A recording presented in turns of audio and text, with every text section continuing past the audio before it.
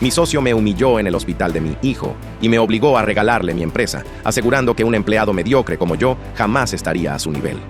Durante 6 años, trabajé día y noche para levantar desde cero una plataforma de automatización logística para empresas de transporte.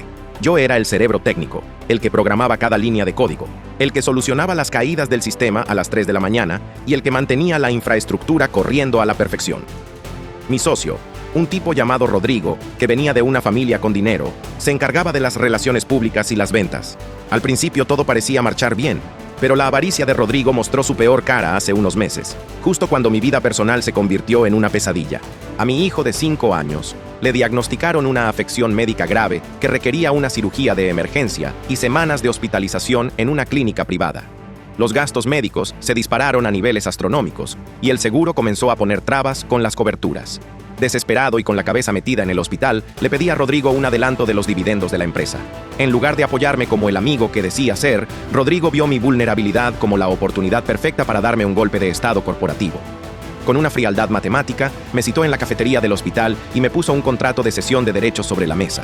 Aprovechando que yo necesitaba el dinero en ese mismo instante para que no suspendieran el tratamiento de mi hijo, me ofreció comprar el total de mis acciones por apenas el 10% de su valor real. Al ver mi indignación, Rodrigo soltó una sonrisa de desprecio que jamás voy a olvidar. Me dijo directamente que tomara el dinero y me largara, porque según él, los programadores eran piezas intercambiables que se conseguían por montones en Internet, mientras que el verdadero valor de la empresa era su apellido y sus contactos comerciales. Con el agua hasta el cuello y viendo la firma de autorización de la cirugía de mi hijo pendiente, no tuve otra opción más que firmar ese maldito documento, soportando la humillación de ver cómo me eliminaba de los accesos del correo corporativo esa misma tarde. Me retiré de la empresa en completo silencio, enfocado al 100% en la recuperación de mi hijo, quien afortunadamente salió bien de la operación. Rodrigo pensaba que me había dejado en la calle y que se había quedado con la gallina de los huevos de oro de forma gratuita. Lo que su mente soberbia y nulo conocimiento técnico jamás calcularon fue que la arquitectura de la plataforma requería una validación de seguridad forzosa cada 30 días.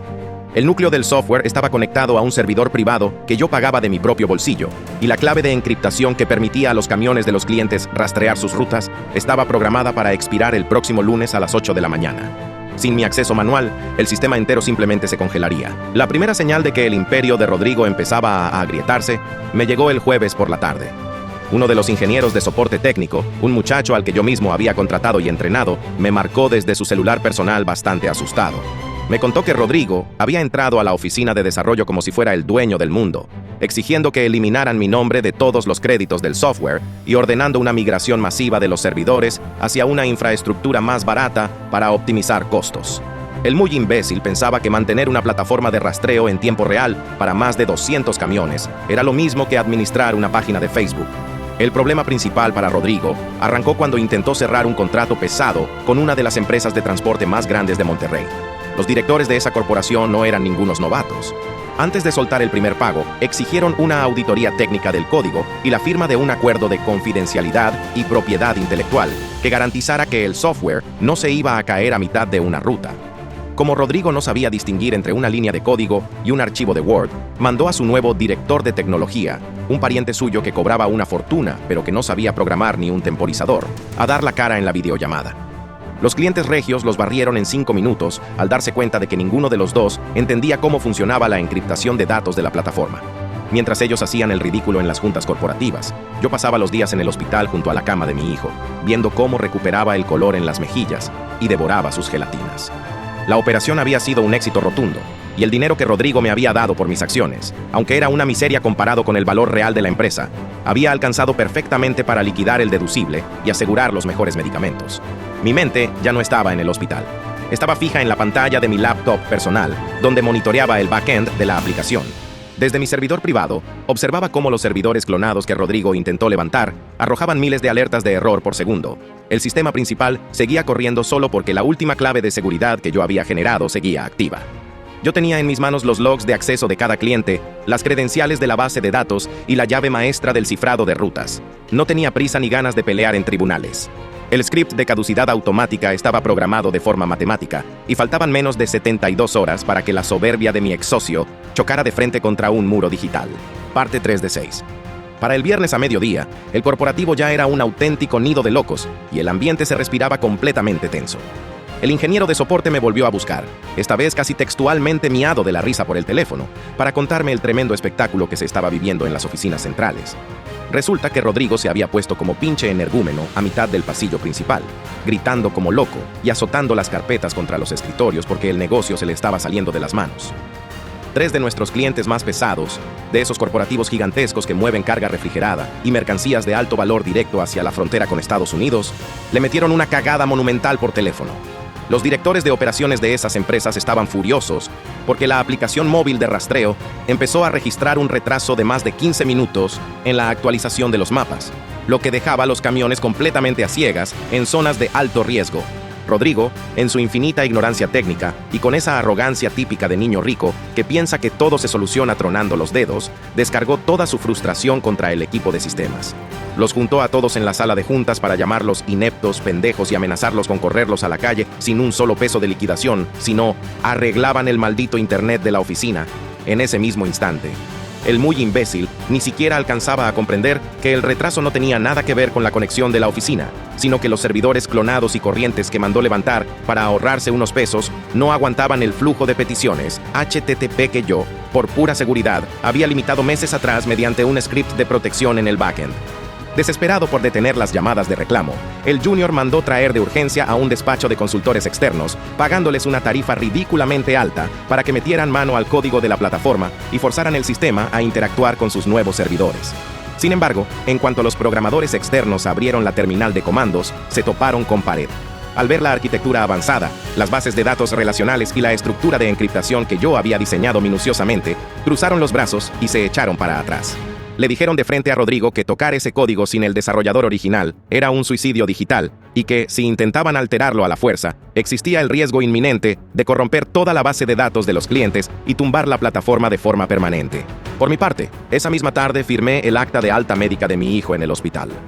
Verlo salir caminando de la clínica por su propio pie, completamente sano, sonriente y sin rastro de dolor, me quitó un peso de encima que ninguna empresa ni millones de dólares en el mundo alcanzan a pagar. Lo subí al auto, con todo el cuidado del mundo. Lo llevé a casa junto a su madre para que pudiera descansar en su cama. Y una vez que me aseguré de que todo estaba en perfecta calma, me encerré en el estudio de mi casa. Me senté frente al escritorio con una tranquilidad que rayaba en lo maquiavélico, disfrutando del silencio de mi hogar. Abrí la terminal de comandos de mi servidor privado, la única máquina en todo el país que alimentaba el token de autenticación de la plataforma logística. Sabía perfectamente que si Rodrigo hubiera sido un tipo medianamente decente y con un gramo de empatía, yo mismo le habría entregado las llaves de la transición de manera limpia y ordenada, a pesar de haberme comprado las acciones a precio de remate. Pero el tipo prefirió usar la enfermedad de mi hijo para humillarme, pisotear mi trabajo y demostrarme que según él yo no valía nada. Así que, con una sonrisa fría en el rostro y un par de clics bien ejecutados, desactivé el módulo de renovación automática de las licencias de seguridad.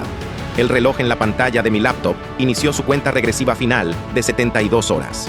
El lunes a las 8 de la mañana en punto, cuando los camiones de carga de todos nuestros clientes encendieran sus motores y la aplicación intentara validar el token en mi servidor, se iban a topar con una pared digital inservible. Rodrigo estaba a punto de aprender, a las malas, y de la forma más dolorosa posible, el verdadero costo de jugarle al vivo con el que construyó su imperio desde cero. Parte 4 de 6. El fin de semana transcurrió en una calma total para mí, pero en el corporativo fue un auténtico fin del mundo. El domingo por la noche, el ingeniero de soporte me mandó un último mensaje advirtiéndome que Rodrigo y su primo, el nuevo director de tecnología, se habían quedado a dormir en la oficina, tomando litros de café y tratando de hackear el acceso de mi servidor privado. Los pendejos pensaban que a punta de tutoriales de YouTube iban a poder brincarse una encriptación de seguridad con certificación militar. No durmieron nada. Y para cuando dieron las 7 de la mañana del lunes, el nivel de tensión en el edificio era tan alto que cualquiera podía cortar el aire con un cuchillo. Yo me desperté temprano, le preparé el desayuno a mi hijo y me senté en la sala con mi laptop sobre las piernas, esperando el momento exacto. A las 7:59, el tráfico de datos en mi servidor se disparó a niveles nunca antes vistos. Eran las peticiones de conexión de los primeros 500 camiones que se preparaban para salir de las aduanas y de los CEDIs en Monterrey, Guadalajara y la Ciudad de México. A las 8 en punto, el temporizador llegó a 0 y el script de caducidad se ejecutó de forma limpia y silenciosa. El token de seguridad se cerró por completo y el flujo de datos entre la aplicación de Rodrigo y las unidades de transporte se cortó de tajo.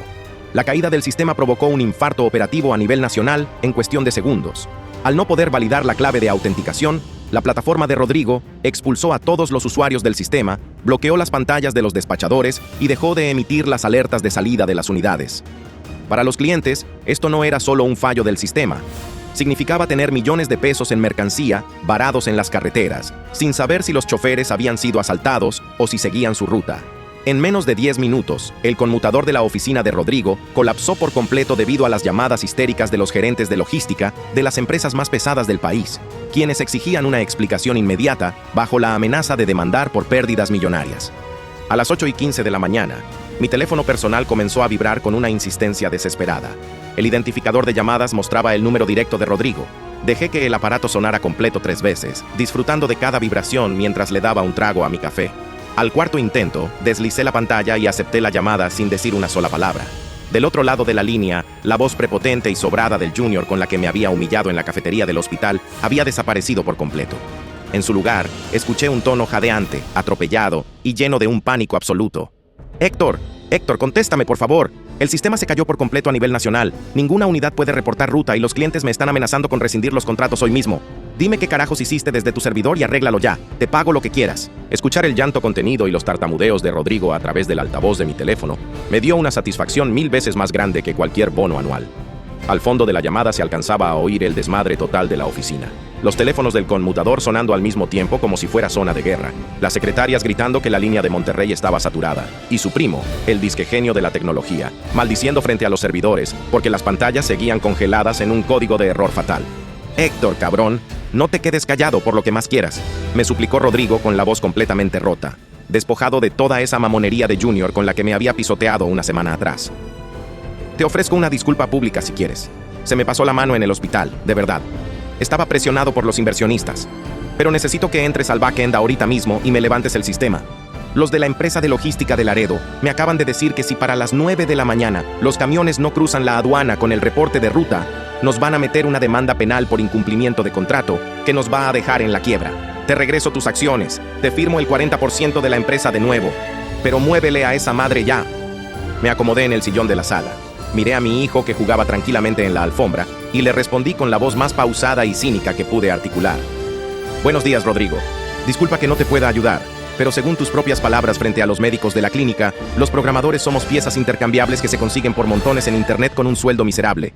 No entiendo por qué me marcas a mí, un simple empleado mediocre que no está a tu nivel, teniendo a tu primo ganando una fortuna como director de tecnología. Que te lo arregle él con uno de sus tutoriales de YouTube. El pinche Junior se desesperó por completo y alcancé a escuchar cómo pateaba una silla de la oficina en medio de su rabieta de niño mimado. Héctor, no me mames. Mi primo no le entiende a tu pinche código encriptado. Nadie en Querétaro sabe cómo saltarse esa validación de seguridad.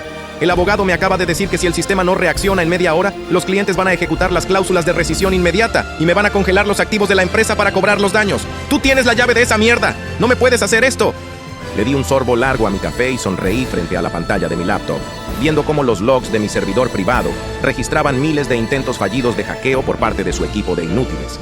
Lamentablemente, Rodrigo, le contesté con una frialdad absoluta. La llave de encriptación que buscas caducó porque tú mismo cancelaste mi contrato y me borraste del sistema de nómina el jueves pasado. Alterar una infraestructura logística federal para recuperar accesos que ya no te pertenecen es un delito, y como yo ya no soy parte de tu flamante mesa directiva, no tengo ninguna obligación legal de salvarte el pellejo. Mucha suerte lidiando con los norteños, porque esos cabrones no perdonan un solo peso. Sin darle tiempo de soltar otra de sus patéticas promesas de dinero o de empezar a amenazarme con sus abogados, le colgué la llamada en la cara, apagué el teléfono celular por completo y me dediqué a disfrutar de la mañana con mi familia, dejando que el reloj terminara de sepultar su mentira de empresa. Parte 6 de 6. La caída del sistema durante esa mañana de lunes fue el tiro de gracia para la reputación y el patrimonio de Rodrigo. Al cumplirse el plazo perentorio que los directores de operaciones de Monterrey y Laredo habían fijado, y ver que la plataforma seguía completamente muerta, las grandes empresas transportistas no se tentaron el corazón.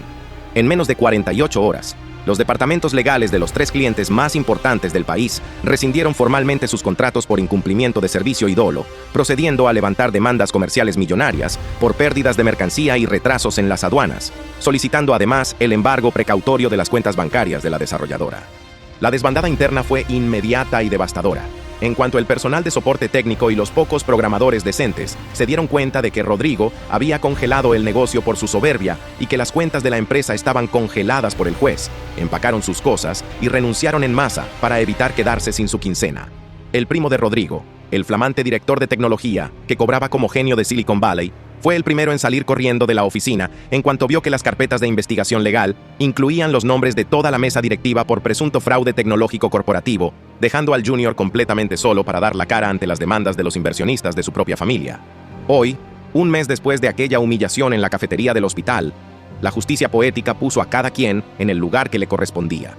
La desarrolladora de software que tanto presumía Rodrigo entró formalmente en un proceso de liquidación forzosa para intentar pagar una fracción de las multas y los daños causados a las transportistas, quedando reducida a una oficina vacía con escritorios embargados.